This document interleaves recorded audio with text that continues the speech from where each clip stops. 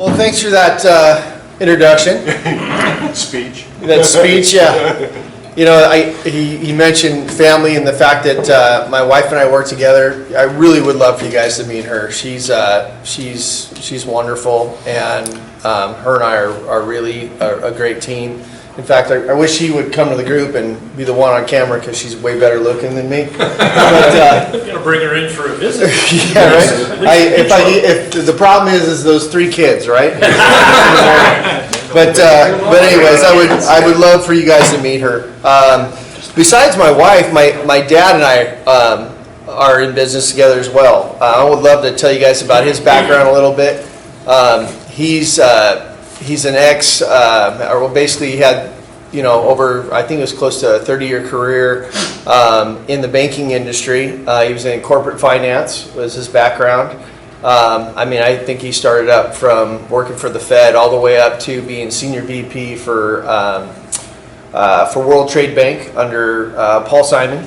Back, I don't know how many years ago he retired from that, but that was his last position, and he was brought in to basically turn that bank around. It was running in a pretty severe deficit, and he completely turned around, made it profitable. They sold it, and so he was kind of a hired gun in that respect, and that was a lot of time and energy for him driving to Beverly Hills every day, and it was from that where basically our partnership was born. Is when that duty ended. This one began. And so the way we started out together was he after doing that, had started getting into trying to develop projects, infield tracts basically here locally in Huntington Beach. And I brought a picture with me today. This is the first job that we did when I had first got my general contractor's license. And I call it my baptism by fire because literally, I got the homes to before or after. Yeah, this is kind of midstream. Yeah. But yeah, I got the homes to basically this stage where they were framed up, the roofs were stacked and loaded with materials. All the roughs were done, everything was signed off. The drywall was loaded in the house, and basically, we were on to the finish run. In my business now as a remodeler, when I get to this stage on a remodel, where basically we're ready for drywall to go in, it's like, okay, good, because we're through all of the inspections, right, which is just a lot of time. So we got to this stage, and I was celebrating. I just cleaned this, had this place completely dialed in. This was 7 homes downtown Huntington. And I was across the street. I got to know the neighbors. We'd been there about 5 months at this point. I got to know the neighbors, and because there's a lot of dirt prep and things to do before you ever start building. But got to know the neighbors, and we were kind of hanging out and having a beer. And my truck was parked right in front of this, and all of a sudden we could just hear this roaring sound. And I came out and found some arsonist had basically thrown some kind of a mixed cocktail and blew it up. And this was my baptism by fire. So, I love this picture. This is one of those people that I was hanging out with took this photo, and this is just on a piece of print paper digitally, and they gave it to me. But I love it because it just reminds me of how I got started in this business, and the fact that it really began with adversity. And it was through this adversity that I learned how to deal with problems when they come up. And in this case, this was a financial hardship as well, because the insurance was very slow to pay. So this required us to be very, ingenuitive and come up with ways to get the project moving again without forking out a lot of cash up front, because we just didn't have it. So we were able to get it done. We got this place finished. I had this thing completely built, the project finished within 4 months. So I'm proud of that. These homes all sold for more money at the time. It worked out. But what it did do is it tied up all of our capital to the point where we weren't able to buy the next piece of dirt and get ready to develop that. So that's how we got started in the remodel business. Because at that point, land prices kind of got ridiculous, in our opinion. They continued to go up for a little while, but in our opinion, it just didn't seem feasible to do another development. And so we transitioned in the remodel industry.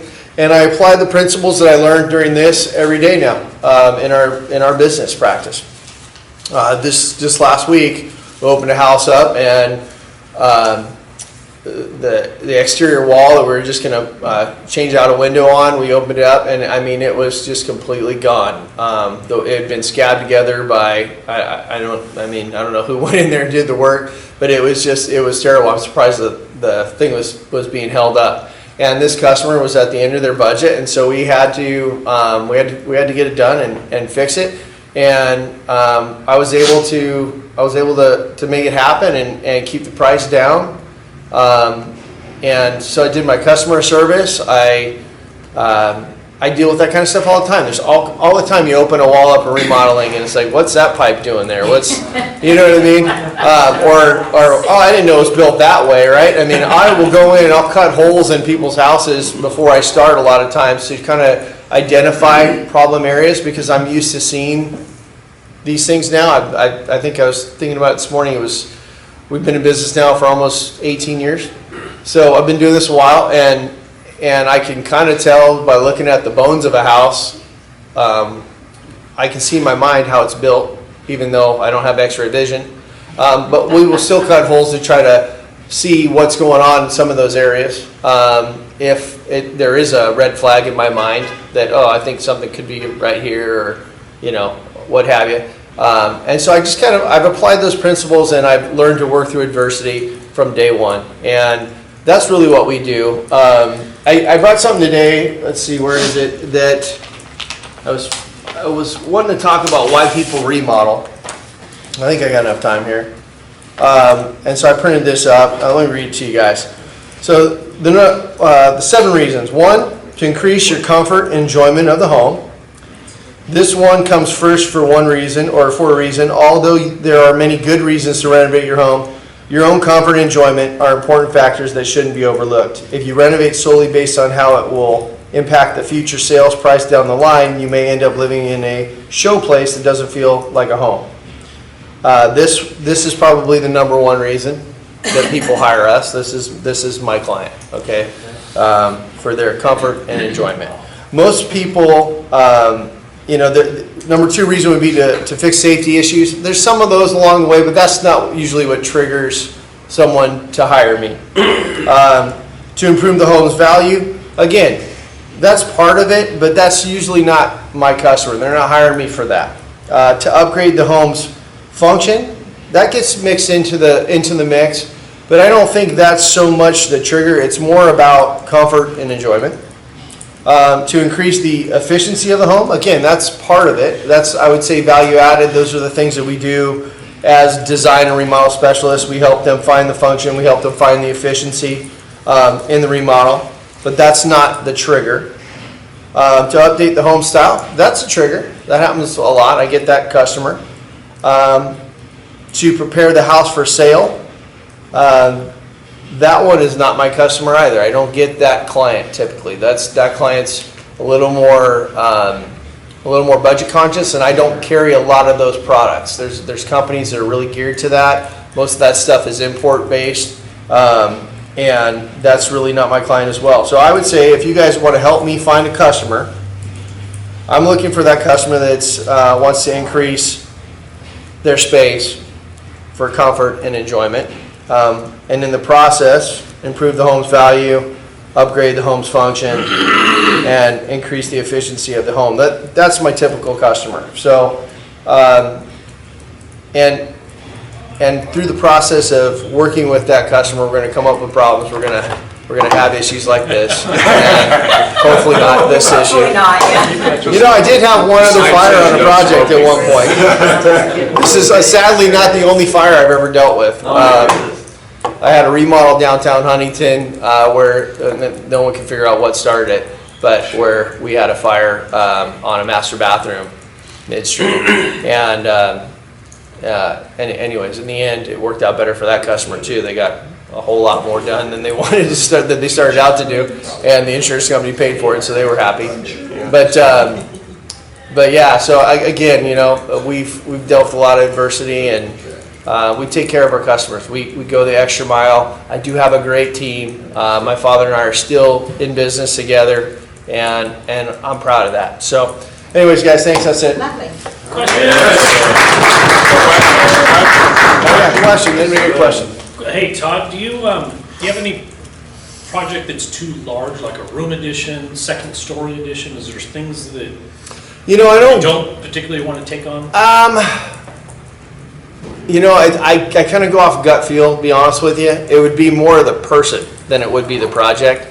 The size of the projects are, some of them can be a little bit intimidating. I mean, I've had an opportunity to look at some really monstrous high-end, you know, where just some of the carpentry that they want to do. I'm just thinking to myself, how am I going to find enough guys to do that and keep up with my other workload, you know? Yeah. That would be the only time that I would turn something down if I just really felt like, you know what, I don't have the staffing to handle that detail. But as far as a room addition or, you know, something like that, we do them a lot. I don't typically, my business, I'm not really known as a room addition contractor, but I'll do 6 or 7 of them a year.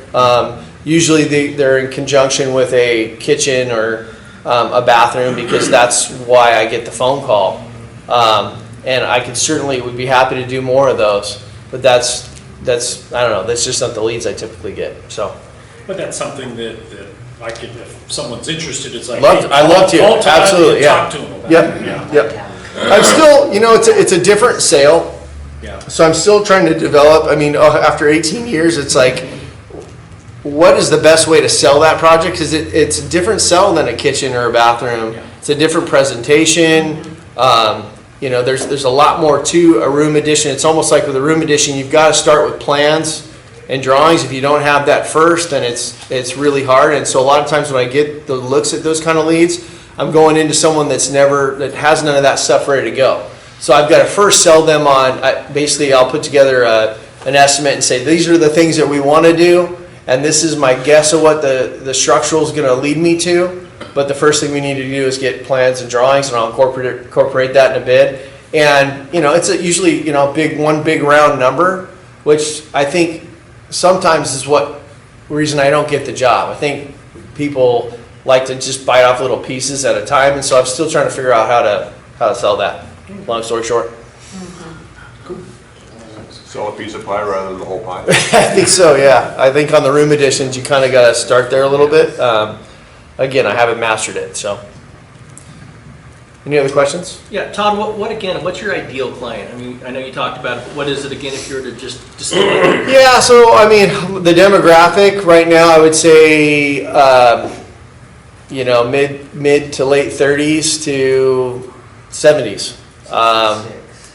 Yeah, people that are, you know, fiscally responsible, that have probably owned their home for quite some time, and it's in need of an update.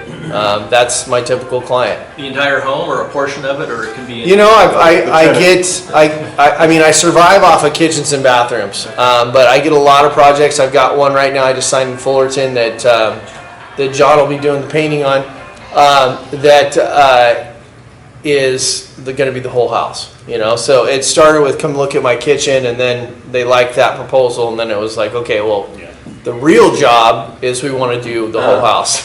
So, you know, anyways, that worked out.